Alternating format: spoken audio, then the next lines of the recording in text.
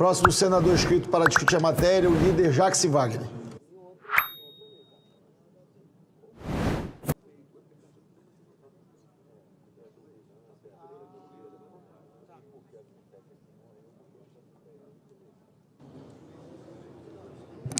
Senhor presidente, colegas senadores e senadoras, eu creio que o que vamos votar em breve é efetivamente uma afronta à democracia.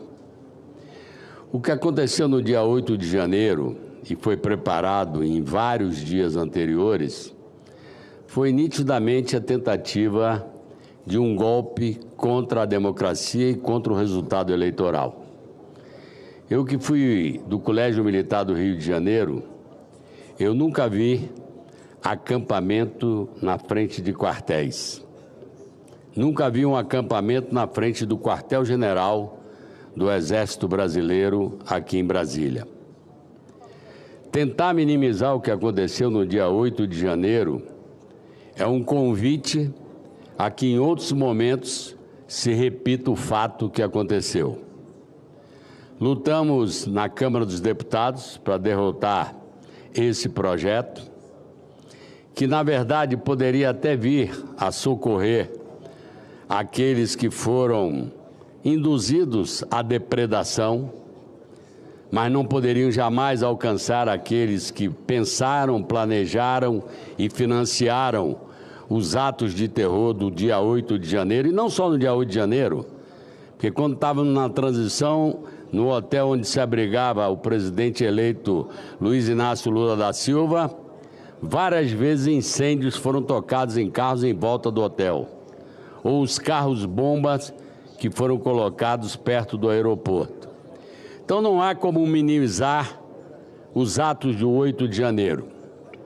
Essa dosimetria, e vários oradores aqui fizeram questão de dizer que só admitem a chamada dosimetria de pena porque não conseguiram votar a anistia, e alguns tentam comparar a tentativa da anistia com a anistia votada em 1979. E eu quero repetir aqui que a anistia de 1979 era o final de um período histórico triste do governo cívico-militar, da ditadura cívico-militar. Hoje, na Comissão de Constituição e Justiça, tentamos 3 requerimentos de adiamento da votação, de audiência pública, e perdemos os 3 por 15 votos a 11. Portanto, estava claro ali que havia uma maioria que defende a votação desse texto chamado de dosimetria, e eu chamo a atenção desse plenário. Como a lei não se encerra no 8 de janeiro, a lei efetivamente é um convite a novas badernas, que novas badernas que venham a ocorrer estarão abrigadas nessa chamada dosimetria da redução de penas. Portanto, eu estou muito à vontade que a orientação do governo é não. O meu partido fechou questão como não, e eu quero repelir a tentativa de imputar a esse governo qualquer tipo de negociação.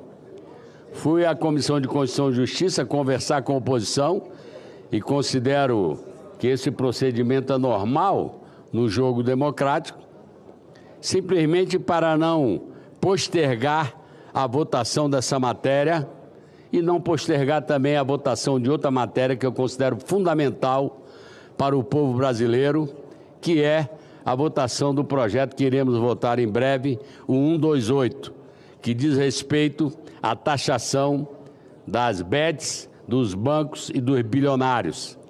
Esse é o problema que foi conversado hoje pela manhã na Comissão de Constituição e Justiça. Estou muito à vontade, porque se muitos aqui, eu fui um dos que lutei pela volta da democracia no Brasil.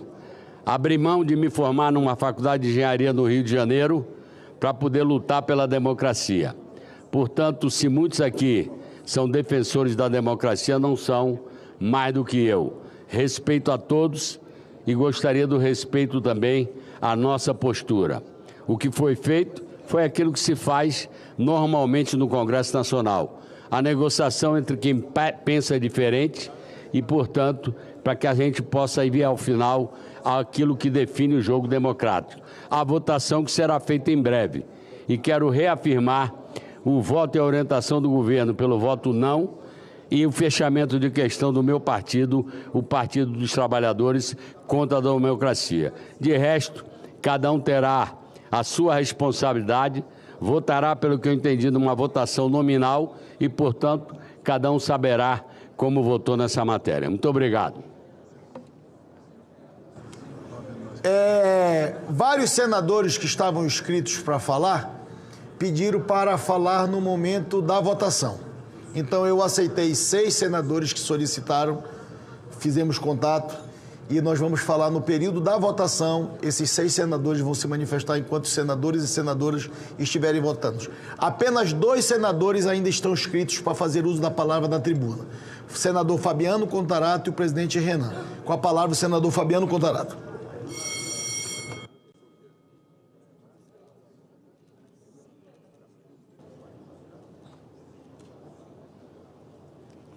Senhor presidente, senhoras e senhores, eu confesso que eu subo a essa tribuna hoje com vergonha, porque, senador Davi, se você chegar numa sala do curso de Direito e perguntar a um aluno do primeiro semestre quais são os atributos e as características que uma norma deve ter, ele vai falar, olha, essa norma ela tem que ser abstrata, porque ela não pode ter como foco um fato determinado. Ela tem que ser abstrata. Essa norma, ela tem que ser geral, porque ela tem que atingir a todos os brasileiros e brasileiras. E essa norma, ela tem que ser impessoal. E todos esses 3 atributos que eu estou falando aqui, esse projeto fere. Ela não é geral, ela é específica e ela tem um destinatário. Ela vai beneficiar Almir Garnier Santos, almirante da reserva, condenado a 24 anos de reclusão, Anderson Torres, condenado a 24 anos de reclusão, Augusto Heleno, 21 anos de reclusão, Paulo Sérgio Nogueira, general da reserva, 19 anos de reclusão, além do ex-presidente Bolsonaro. Então, falar que essa lei está corrigindo injustiça porque são as senhorinhas que estavam lá no dia 8, senador Renan, isso é um conto da carochinha. O que aconteceu no dia 8 foi a ponta de um iceberg. No que nós tivemos foi um ex-presidente que não sabia viver numa democracia, que falava que fecharia o Supremo, para fechar o Supremo basta um cabo e um soldado. Nós tivemos minuta de golpe, senhor presidente. Minuta de golpe redigida e com aval e lida pelo ex-presidente Bolsonaro, redigida dentro do Palácio do Planalto. Nós tivemos ataque à sede da Polícia Federal. Nós tivemos ataque à bomba próximo ao aeroporto. Nós tivemos o programa, o punhal verde-amarelo, com o objetivo de assassinar, de exterminar um presidente, vice-presidente e um ministro do Supremo Tribunal Federal. E aqui, esse projeto de lei vem com essa narrativa. E eu fico estarrecido, senador Marcelo Castro, porque a extrema-direita e a direita aqui, ela vira e mexe, ela é punitivista, ela aumenta a pena, eu vou dar 2 exemplos, aumentando a pena de furto de cabo de energia. Ela aumenta a pena do estelionato, que é de 1 a 5, para 19 anos de reclusão. Agora, esse projeto veio para cá, senador Davi, e eu vou pontuar para o senhor. Esse projeto ele ia beneficiar, se não fosse hoje com a emenda acatada, ele ia beneficiar obstrução de investigação de crime organizado. A direita beneficiando obstrução de crime organizado. Conspiração para obstrução de combate a crime organizado. mediação para exploração sexual de adolescente, favorecimento à prostituição, a lei de responsabilidade, os crimes no Código Eleitoral. Então, essa norma ela não é geral, essa norma não é impessoal, essa norma não é abstrata, e ela tem, e eu vou usar os meus 10 minutos, por gentileza. E o que eu fico mais estarrecido, senador Jacques Wagner, é elementar no Código Penal os concursos de crimes. Se você pegar o concurso de crimes, é quando a pessoa pratica mais de um crime. Então, o artigo 69 do Código Penal, ele é claro.